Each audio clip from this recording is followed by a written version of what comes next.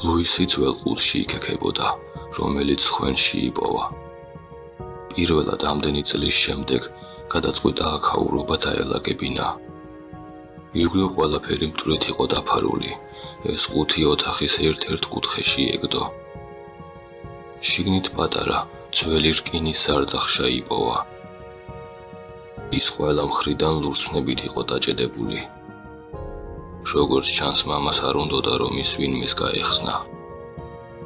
მაგრამ მამა უკვე აღარ არის, ბიჭუნას კი ძალიან აინტერესებდა რა იყო შიგნით. ლუისი ლურსმნების ამოღებას შეუდგა, საკმაოდ დიდი დრო დასჭირდა, თან უნდოდა რომ სარდახშა არ დაესიანებინა.